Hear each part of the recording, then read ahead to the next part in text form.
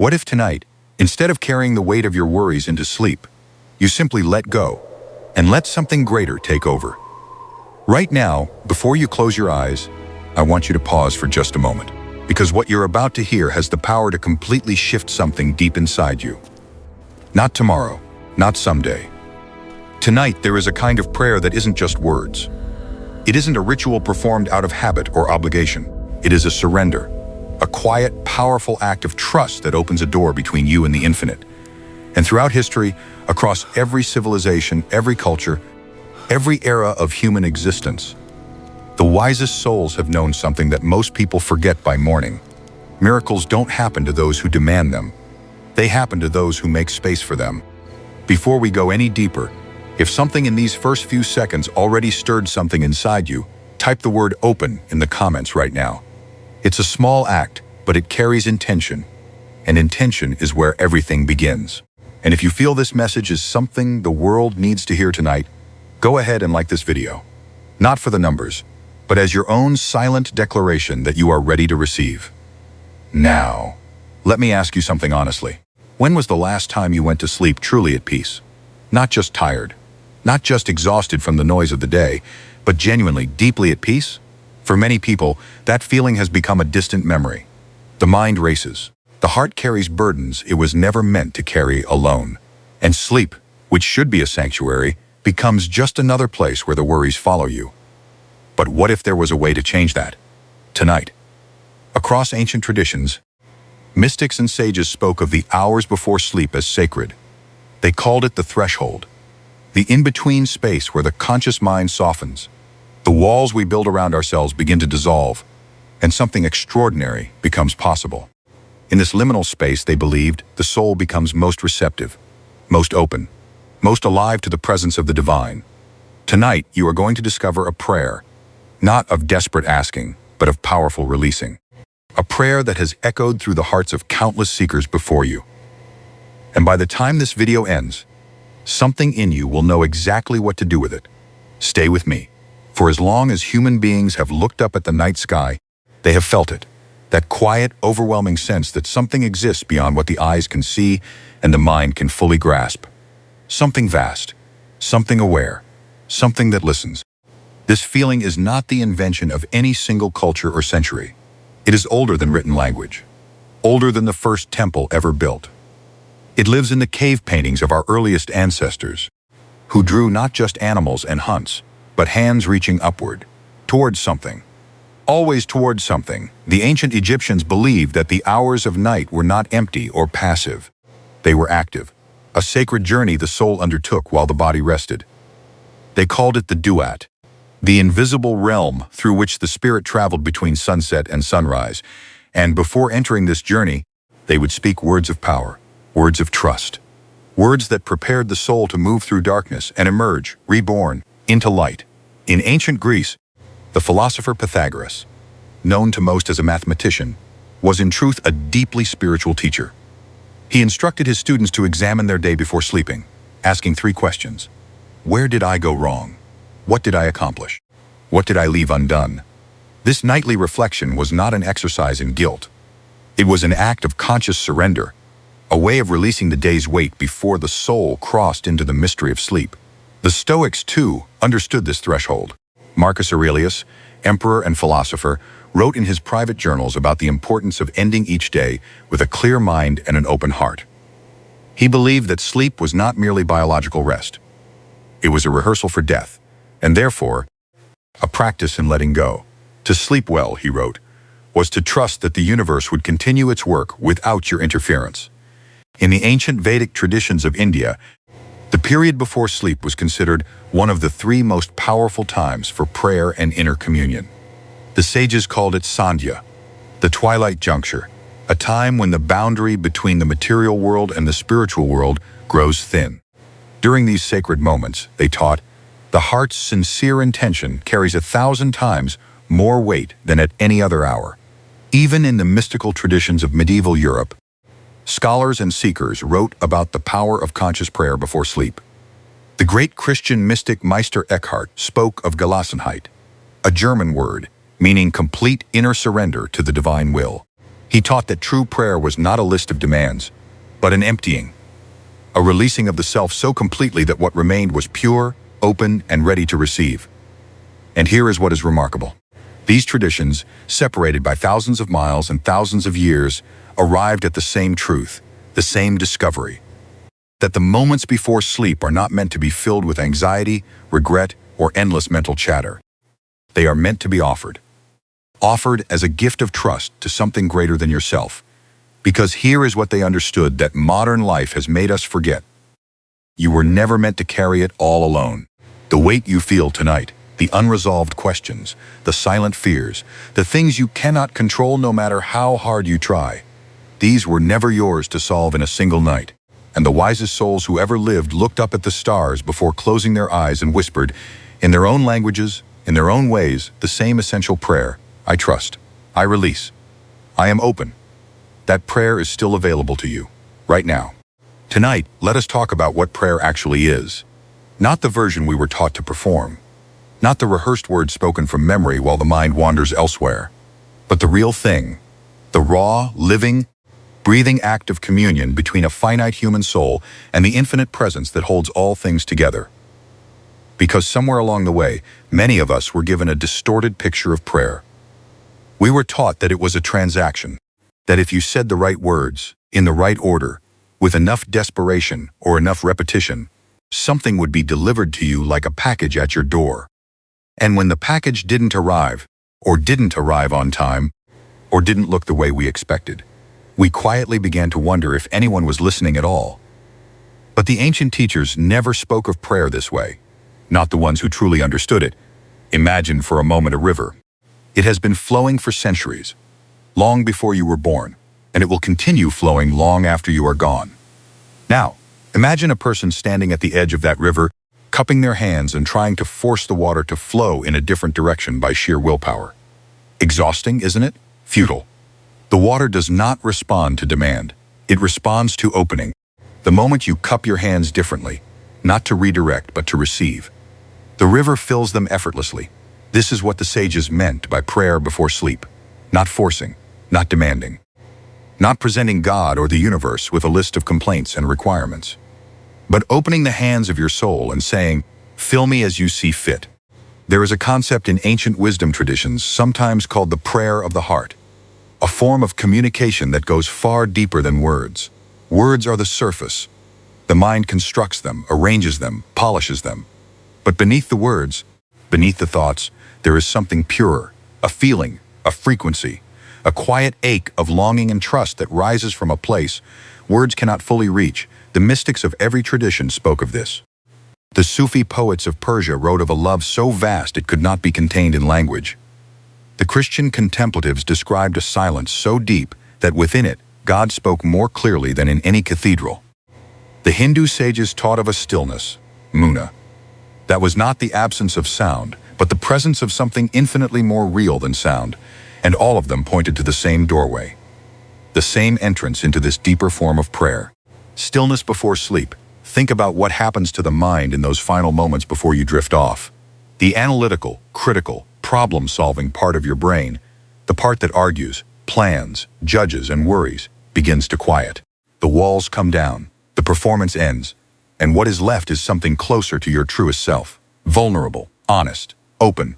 This is precisely why the hours before sleep are so spiritually significant. Because in that softened, unguarded state, whatever you place in your heart carries enormous power. If you fill that space with fear, with replayed arguments, with anxious scrolling through tomorrow's problems, that energy settles deep into your subconscious and shapes the quality of not just your sleep, but your waking life.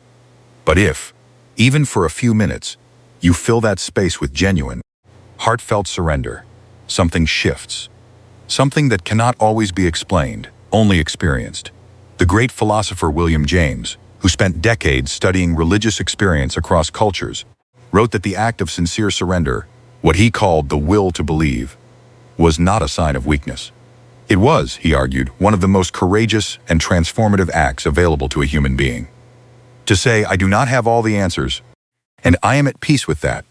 This, he believed, opened channels within the human psyche that logic and willpower alone could never reach. Tonight, Those channels are open for you. The question is simply, will you walk through? There is something that most people never discover about miracles, and it is this. Miracles rarely arrive the way we expect them to. They do not always come as dramatic lightning bolt moments that leave the crowd speechless. More often, they arrive quietly, subtly, like a shift in the wind that you almost didn't notice, until you realize that everything around you has changed direction. The ancient teachers called these hidden miracles, and they believed that the night, specifically the act of conscious, surrendered sleep, was one of the greatest catalysts for them.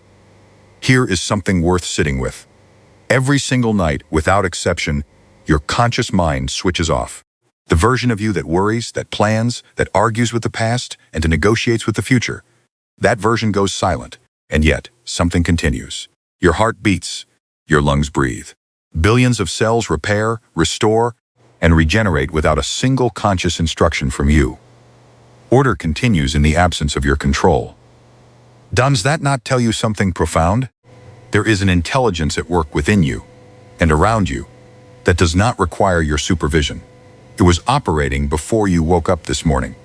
It will continue operating after you close your eyes tonight. The question the ancient wisdom traditions asked was not, can this intelligence help you? They took that as self-evident. The question they asked was, are you willing to get out of its way?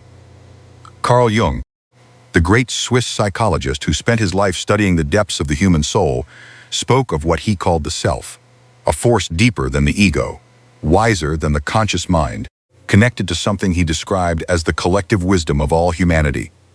Jung believed that the night, and particularly the dream state, was when this deeper self did its most important work.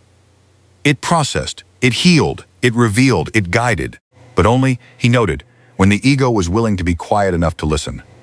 This is the hidden secret of prayer before sleep. It is not simply about asking for things. It is about creating the conditions in which something greater than your conscious mind can move freely through your life. It is about stepping back from the relentless grip of I must control this and entering instead the vast, quiet space of I trust that this is being handled. And here is where it becomes even more interesting. Modern neuroscience has begun to catch up with what the mystics already knew. Research into the hypnagogic state, the threshold between wakefulness and sleep, has revealed that in this transitional space, the brain enters a uniquely receptive condition. The critical filters of the prefrontal cortex relax. The subconscious mind becomes extraordinarily open to suggestion, to healing, to the integration of experiences that the waking mind struggled to process. In other words, science is now describing, in its own language, the same sacred threshold that the ancient Egyptians, the Vedic sages, and the Christian mystics all pointed to thousands of years ago. What you plant in that threshold space matters enormously. It does not evaporate with the morning light. It roots itself. It grows. It begins to quietly rearrange the invisible architecture of your life in ways you may not immediately see, but will eventually feel. The Persian poet Rumi wrote of a field that existed beyond right and wrong, beyond effort and outcome, beyond the noise of human striving. He invited the reader to meet him there. That field, many scholars believe, was precisely this inner space, the surrendered, open, trusting place that exists just beyond the edge of conscious control.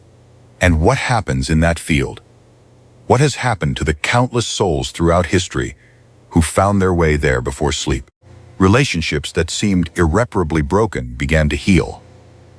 Not because of clever strategy, but because something shifted in the invisible space between two people. Answers arrived to problems that weeks of analytical thinking had failed to solve, arriving instead in a dream, or in that first quiet moment of waking before the mind had a chance to resume its noise. Doors opened that seemed permanently closed. Paths appeared where there seemed to be only walls.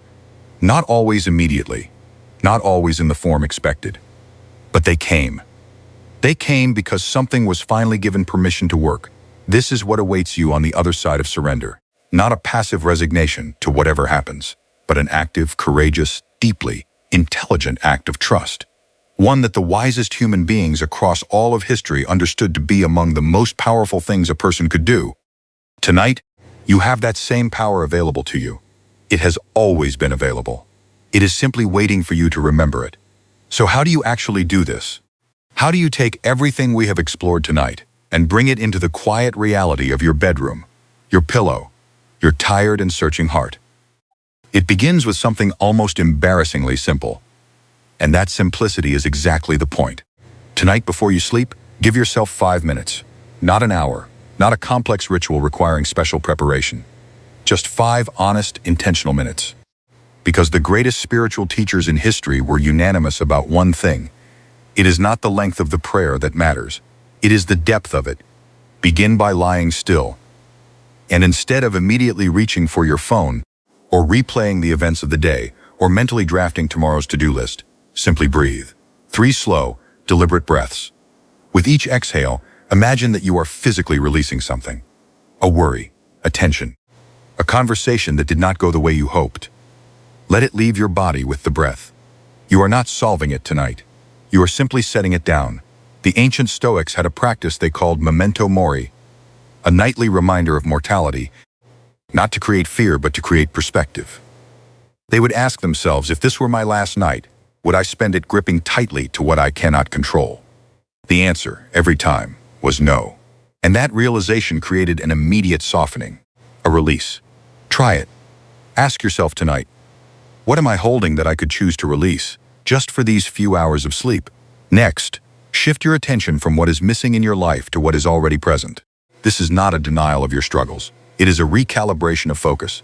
The mind tends to amplify what it rests upon. If you rest it upon lack, upon fear, upon what has not yet arrived, that energy deepens. But if you gently, honestly rest it upon even one thing that is real and good in your life, the warmth of the bed beneath you, the fact that your heart is still beating, the presence of someone you love, however imperfect things may be, something in the nervous system begins to settle. The Vedic tradition called this santosha, contentment, not complacency, not pretending everything is perfect, but the conscious choice to acknowledge what is already whole, even in the midst of what is broken. Now comes the prayer itself. And again, it does not need to be elaborate. The most powerful prayers ever recorded in human history have been among the shortest. They were powerful not because of their poetry, but because of the sincerity behind them. Speak from wherever you are tonight. If you are exhausted, say so. If you are frightened, say so. If you do not even know what you need, say that too. The infinite presence that the mystics of every tradition pointed toward is not impressed by perfect language. It is moved by honest hearts. You might say something as simple as this: I release what I cannot carry. I trust what I cannot see. I am open to what I cannot yet imagine. Work in my life tonight in ways beyond my understanding. Say it slowly. Mean it. Let each word land somewhere real inside you. And then, let go. Do not wait for a sign. Do not monitor yourself for a feeling. Simply close your eyes and trust that the river is already flowing, that the intelligence that keeps your heart beating without your instruction is already at work in the deeper layers of your life. This is the practice. Simple, ancient, profound, and available to you every single night for the rest of your life. You came to this video tonight for a reason. Maybe you told yourself it was curiosity. Maybe it was restlessness. Maybe something in the title simply called to you in a way you cannot fully explain. But the teachers of every ancient tradition would tell you, there are no accidents in what the searching soul finds. Something in you was ready. Ready to remember what the noise of modern life works so hard to make you forget. That you are not alone in this. That the weight you carry was never meant to be carried by willpower alone. That there exists, available to every human heart in every moment, a presence so vast and so patient that it has been waiting, not with frustration, but with infinite stillness, for you to simply turn toward it. Tonight, you have the chance to do something quietly revolutionary. Not by changing your circumstances, not by solving the unsolvable before sunrise, but by choosing, consciously, deliberately, and with your whole heart, to lay down what you have been carrying and trust that something greater is already at work. The miracles that the ancient wisdom tradition spoke of were not reserved for special people in extraordinary times. They were the natural result of ordinary people making one extraordinary choice. The choice to stop gripping, stop forcing, stop demanding answers on their own timeline, and instead to open, to surrender, to trust. That choice is available to you right now, in this moment, in this ordinary, unremarkable night that has the potential to become the beginning of something you cannot yet see. So tonight, as you close your eyes, carry this with you. Not as a thought to analyze, but as a feeling to rest inside. You are held, you are heard, and the same intelligence that painted the stars across the sky and set the tides of every ocean in motion has not forgotten the quiet, specific details of your one precious life. Let it work. Get out of its way. And sleep, perhaps for the first time in a long time. In genuine, unguarded peace, the morning that follows a surrendered night has a quality all its own. Pay attention to it. Notice what arrives. In your thoughts, in your feelings, in the small and unexpected moments of your day. Miracles, remember, do not always announce themselves. Sometimes they simply appear quietly in the space where fear used to live. And if tonight something in this message reached you, if even one sentence landed somewhere true inside you, share this with someone who needs to hear it. Because right now, somewhere, someone is lying awake under the weight of something they were never meant to carry alone, and perhaps this is exactly what they need to find tonight. Sleep well, trust deeply, and let the network begin.